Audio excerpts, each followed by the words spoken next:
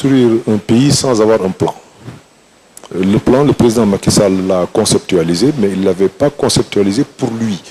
Non, c'est une analyse scientifique, technique qui a été faite, qui devrait permettre au Sénégal d'être émergent dans un horizon de 20 ans. Nous l'avons partagé avec tout le monde, des universitaires aux syndicats, la communauté internationale. Tout n'est pas parfait dans le plan. Il y a nécessité de l'adapter à chaque contexte et à chaque période. Mais du point de vue de la vision, nous ne pensons pas, je ne pense pas, très honnêtement et très objectivement, que quelqu'un d'autre puisse faire autre chose. Parce qu'on ne peut pas venir à la tête d'un pays, casser tout ce qui existait et reprendre. Parce que nous avons des partenaires. Hein. Si aujourd'hui nous voulons changer les règles du jeu sans concertation avec les autres aussi ont le droit de nous attendre, qu'on soit prêt. Et le Sénégal n'a pas intérêt aujourd'hui à ce que les partenaires lèvent le pied. Je ne pense pas que ce soit une bonne règle. Et je donnais hier l'exemple d'une route. On signe avec la BID ou la BAD ou n'importe quelle institution internationale pour faire une route sur 3 ans. Parce que tout simplement, on change de gouvernement, le gouvernement va venir dire « je ne veux plus faire de route ».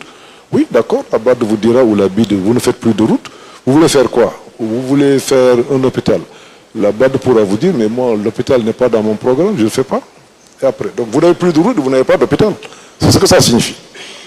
Ça veut dire qu'il faut, un État doit être dans une logique de respecter ses engagements, en interne comme en externe.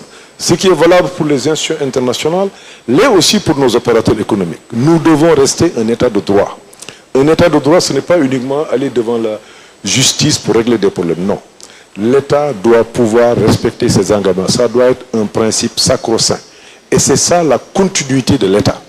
Ce n'est pas parce qu'il y a un changement de régime ou un changement de président que la continuité de l'État n'est pas assurée. Parce que souvent, quand on parle de continuité, les uns et les autres voient des opérations ou des actions ponctuelles pour dire que oui, vous allez continuer. Non, c'est la continuité de l'État. Ça, je pense que c'est sacro-saint.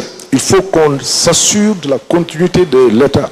Moi, j'ai été directeur général nommé par Abdoulaye Wade. Le président Macky Sall m'a trouvé directeur général, il m'a laissé. Et mieux, il m'a nommé par la suite ministre. Donc, de mes présidents de la République, je trouverai ici des personnes, de par leurs compétences, ou des structures qui sont là, qui font une mission de service public. Si on estime que ces missions répondent aux préoccupations que nous avons, on va continuer avec ces personnes pour assurer la continuité de l'État. Ce qui marche, ce qui importe pour les populations aujourd'hui, c'est que les objectifs pour lesquels nous sommes élus, qu'on marche droit vers ces objectifs avec nos forces et nos faiblesses et de se soumettre à l'appréciation de la critique publique. Monsieur le Premier ministre, merci. Merci.